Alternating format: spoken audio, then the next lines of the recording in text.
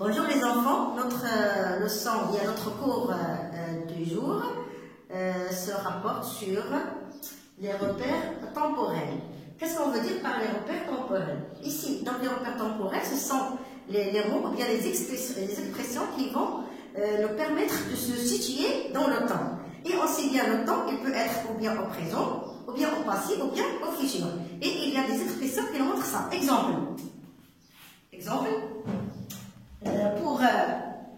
Pour l'événement qui est déjà passé, c'est avant, ça veut dire on peut dire hier, avant-hier, le mois passé, autrefois, jadis, il y a longtemps, etc. Pour l'événement qui se passe au moment où l'on parle, on peut dire aujourd'hui, ce matin, ce soir, actuellement, de nos jours, en ce moment, etc. Pour ce qui va se passer dans l'avenir, on peut utiliser les expressions suivantes. Demain, le mois prochain, dans 2 jours, dans 1 semaine, à l'avenir, dans l'année prochaine, etc. Donc, ça, ce sont les expressions. Ils peuvent être des mots, bien des adverbes, etc. C'est grâce à ces expressions qui vont nous permettre de se repérer dans le temps. Et parmi ces repères de temps, on va voir ce petit texte. Il est en désordre. Donc, ce petit texte, ou bien c'est un récit en désordre. Nous, qu'est-ce qu'on va faire? On va essayer de le mettre en ordre, on va essayer de le mettre par ordre chronologique du temps. Ça veut dire quoi? Par ordre chronologique du temps. Ça veut dire de l'action la plus ancienne à l'action la plus récente. Donc, commençons par la première phrase. Ce matin, je me suis réveillée dans mauvaise humeur. Le goûter me redonna un peu de force. Quand je sortirai de l'école, j'irai me reposer rapidement. J'ai eu du mal à me concentrer durant toute la matinée. J'avais passé une mauvaise nuit. Actuellement, je vais beaucoup mieux. Donc vous voyez, donc ce petit récit qu'on va mettre par ordre chronologique, on va essayer de voir quelle est la première action. Donc pour voir quelle est la première action, on va se repérer sur certains mots. Par exemple, on a ce matin et on a quoi? On a le verbe.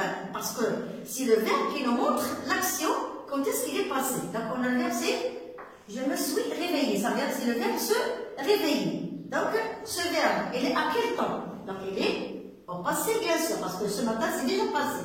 Ce matin, je me suis réveillée dans mauvaise humeur. On va voir, est-ce que c'est ça la première action?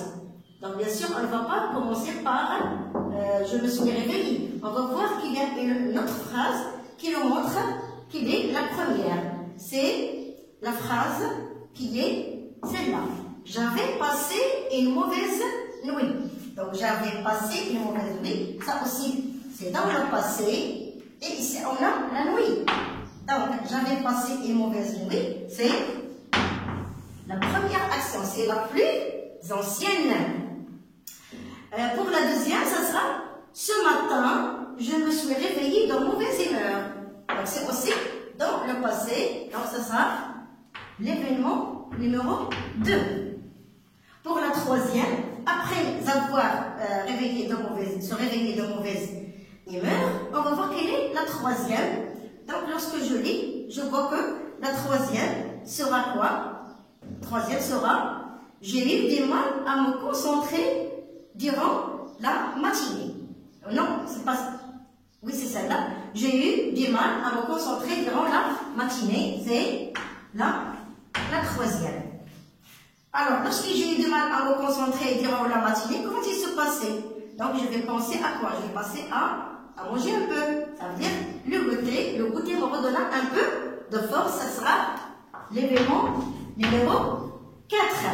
Pourquoi? Parce que ici, lorsque je me sens pas bien, lorsque j'arrive pas à me concentrer pendant la matinée, je pense à quoi? Je pense au goûter. L'action qui vient après, ce sera quoi? Ce sera lorsque j'ai pris mon goûter, alors comment je me sens mieux. Voilà, actuellement, ça veut dire après avoir pris mon goûter, actuellement, je vais beaucoup mieux. Donc je vais beaucoup mieux, ça sera l'action, ou bien l'événement numéro 5. Et le dernier événement, ça veut dire l'événement le plus le plus récent, ce sera quand je sortirai de l'école. Vous voyez ici, c'est le futur, ça veut dire c'est l'action qui n'est pas encore passée.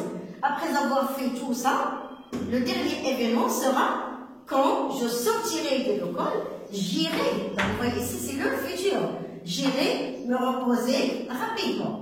Donc quand est-ce que j'irai me reposer rapidement? Quand je sors de l'école, bien sûr. Et ça sera l'événement le plus récent. Et c'est l'événement numéro 6. Donc maintenant, vous voyez, on a fait par ordre chronologique sur ici de l'événement la plus ancienne à l'événement la plus récente. Passons maintenant à l'exercice d'application. Complète avec le repère qui convient. Donc on a ici des repères temporels. On a des repères temporels. On va essayer de les compléter dans ces phrases-là. Et pour les compléter, qu'est-ce qu'on doit voir? On doit voir aussi le verbe. Donc pour la première phrase, le maître rentre. Donc vous voyez ici, l'action se passe dans le présent parce qu'ici on a le verbe et le au présent. C'est très important de voir le temps du verbe. Donc le temps du verbe et le au présent, je vais essayer de voir quelle est l'expression, quel est le repère temporel qui est dans le présent.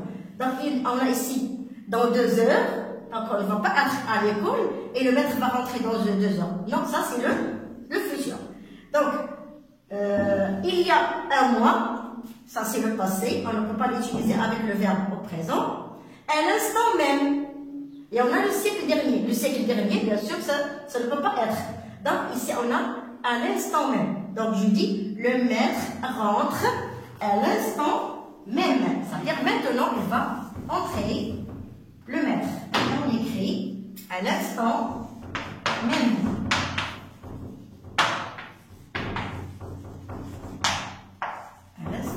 Ça veut dire tout de suite. Deuxième phrase, le repas sera prêt. Donc, le repas sera prêt. Le verbe c'est quoi? Le verbe c'est ça, le verbe être au futur. Le repas sera prêt. Ça veut dire qu'il n'est pas encore prêt, mais il sera prêt. Donc, c'est dans le futur. Et le futur, on va voir quel est le repère temporel qu'on peut utiliser et qui convient avec cette phrase. Donc, dans 2 heures, il y a un mois, c'est le passé. À l'instant, on l'a déjà fait. Le siècle dernier, ça ne peut pas être. Donc, ça sera quoi? Ça sera dans 2 heures. Et on dit, le repas sera prêt dans 2 heures. Donc, ça, elle convient dans 2 heures. Dans 2 heures. L'autre phrase, Armstrong a marché sur la Lune. Je vois le verbe, c'est quoi? Le verbe, c'est a marché. Donc, c'est dans le passé. Donc, a marché sur la Lune, c'est le passé. On va voir quel est le repère temporel qui reste. C'est, on a le siècle dernier et on a quoi? Il y a un mois. Donc, il y a un mois, ça ne peut pas être. Donc, ça sera le siècle dernier. Parce qu'on sait bien que Armstrong, elle a marché sur la Lune, ça fait longtemps, ça fait le siècle dernier, ça fait au 19e siècle. Le siècle dernier. La dernière phrase, donc, l'expression sera là. Je suis parti en vacances. Donc ici, vous avez ici, je suis parti. Ici, vous avez le verbe partir. Le verbe partir, il est à quel temps ici? Je suis parti, c'est au passé. Je suis parti en vacances. Quand est-ce que je suis parti en vacances? Est-ce qu'on va dire dans 2 heures? Est-ce qu'on va dire à l'instant même ou bien le siècle dernier? Bien sûr que non. Mais le repère temporel qui va, c'est quoi? C'est il y a un mois. Ça veut dire il y a un mois que je suis parti en vacances. Et on va bien écrire il y a un mois. Donc vous voyez, le repère temporel, je dois bien voir la phrase pour bien la situer dans le temps. Et je vois bien sûr, le verbe. Il est conjugué à quel temps? Donc, et je lis, il y a un mois, je suis parti en vacances. Donc, vous voyez, on a situé ici le temps grâce à ces repères temporels. Et la fin de notre cours. J'espère que c'est clair. Au revoir, à la prochaine.